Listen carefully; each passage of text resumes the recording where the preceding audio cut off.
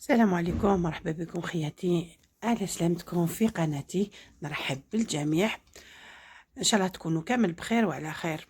البنات كما تعرفوا او قريب العيد، العيد الاضحى المبارك ان شاء الله يدخل علينا بصحه وربح ان شاء الله يا ربي. حبيت نتقاسم معكم هذه الوصفه، يعني واللي هي العصبان يعني على طريقتي انا. ولا البنات يجيكم بزاف بنين. ماذا بيا تجربوه وتحطوا لي تعليقاتكم تحت الفيديو. الحاجه الاولى اللي يعني نعرفوها باللي العصبان يجي بالدواره. كما كتشوفوا البنات، انا الدواره هنا نقيتها مليح، نحيت لها كامل هذاك يعني الزوائد ديالها اللي يجوا فيها، نقيتها بيان تحت الماء، كررتها بالماء السخون. وهكذا من بعد ما نقيتها نزيد نغسلها بالقارص ولا الخل واش كان عندكم، ونخليها بومومون تقعد بالقارص حتى تنحلها الريحه. فوالا البنات، من جهه اخرى نروح نوجد لافارس اللي يجي لداخل نعمرو بها. فوالا البنات كيما راكم تشوفوا هنا لافارس ندير في طبسي لافارس، ومن جهه اخرى نحط في لاكوكوت نفس المقادير اللي راني نحطهم في لافارس. فوالا نبدا بالبصل، نقطعوه هكذا عشوائي دي بتيت كاري، نضيف عليه الطوماطيش تاع الحب مرحيه، ونفس الشيء بالنسبه لاكوكوت. واش راني نحط هنا في هاد لاسيات، نحط في لاكوكوت ديالي. نزيد ندرس راس توم كبير مع فلفل دريس يابس، ندرسو مليح مع شويه ملح.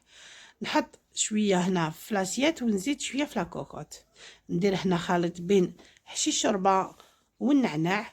النعناع هنايا انا درت اليابس، مكانش عندي يعني خضر. فوالا البنات نزيد الحميصه ونزيد الروز، نفس الشيء بالحميصه. بالنسبه للحميصه ندير فلاكوكوت ديالي شويه، غير الروز دي ما نديرش فلاكوكوت، ندير هنا في لاسيات. نزيد مغرف كبيره تاع طوماطيش مصبره، وهنا عندي خليط بين الدواره قطعتها دي بتيت هكذا، دي بتيت كاري. عندنا هنا الريه البنات، السر كامل راهو في الريه. الريه انا كنت شويتها، غليتها قبل البنات ومن بعد نشويها، نقطعها صغيره ونشويها راح تجيكم مخالفه. هنا عندي شويه تاع اللحم قلت لكم، ونزيدو نضيفوا لي زيبيس. عندنا فلفل الكحل، عندنا كمون، عندنا العكري والملح بيان سور ما نساوهش. نفس التوابل راح نحطو في لاكوكوط ديالنا. هاي اللي البنات مع كي كنت نصور ما كاينش تبان مليح، بصح دوك ندنيها لكم وتشوفوها. هكذا نضيف الزيت نفس الشيء في لاسيات، ونزيد في لاكوكوط ديالي بيان سور. هكذا نخلط كلشي مع بعض، نخلط مليح حتى يتجانس الخليط. قلت لكم البنات هنا الاضافات اللي درتهم يعني واش قعدوا لي هذوك لي شويه تاع الدواره ضفتهم لداخل نعمر بهم مع شويه تاع اللحم والريه. قلت لكم الريه اللي يسموه بزاف الغرنوق، نغليه قبل يخرج لي كامل هذوك الرغاوي ديالو، ومن بعدك نديرو في مقله نشويه، نقطعوه صغير باش يجيكم بنين. فوالا البنات هذيك لا كوكوط نحطها تتحمس هكذا، ومن بعد ما تشرب لي كامل الخليط هذا لافورس هذيا، نروح نوجد البراد ديالي مع الخيط باش نبدا نخيط في هذوك لي مورسو تاع الدواره. فوالا هنا البنات نقطعهم متساويين باش تجيني الخدمه سهله. هكذايا نبدا نخيط كامل الجوانب، نخلي غير واحد الفتحه منين ندخل لافورس. كما كتشوفوا البنات هنا ماشي يبان مليح الفيديو، سمحوا لي، ولكن دوك نقرب لكم وتشوفوا كيفاش كنت نخيط. سورتو البنات المبتدئات اللي ما يعرفوش، ماذا بيا يتعلموا هذه الطريقه ديالي، راح يجيكم بزاف بنين، وعلى بالي تقولوا لي بلي جاكم بنين. هذا الشيء اذا جربتوا الوصفه ديالي البنات. فوالا البنات خيروا هاد البره الكبيره باش تجيكم سهله، باسكو الصغار هادوك يتكسروا لكم. خيروا هاد الكبار راح تساعدكم في الخدمه. هكذا نخيطو مليح باش ما تخرجناش لافارس، يعني بين الغرزه وخوتها ما نخلوش بزاف باش ما تخرجناش من بعد لافارس. هكذا كيما راكم تشوفوا ندخل البرة وندور على الخيط باش يتغلق ليه مليح يعني. فوالا نخلوه هكذا شويه برك قسما نعمر الحبه ديالي. فوالا هكذا نغلقها بيا ونقطع ونخلي هذيك الفتحه صغيره باش برك نعمر.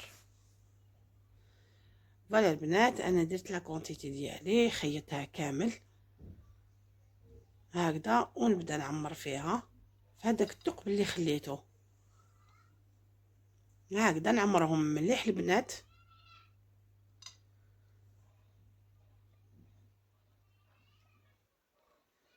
نعمرهم بهذه الطريقه يعني هي وصفه سهله سورتو في التحضير.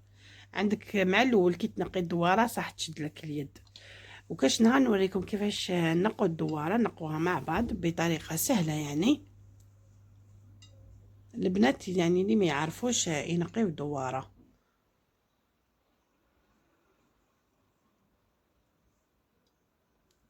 فوالا البنات انا نكمل كامل هاد الاكياس ديالي تاع الدواره نعمرهم ونرجع لكم.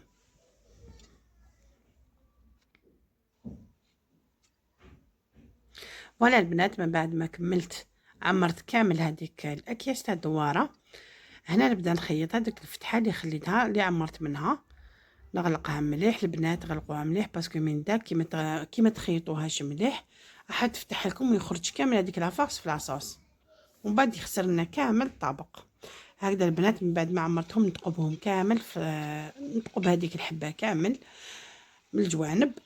فوالا هنا من بعد ما لاصوص ديالي تحمست لي بيا نحط هذوك الكويرات تاع العصبان ديالي هكذا ونخليوهم ابتي فو يتحمسوا غير شويه برك يعني تدخلهم هذيك التقليه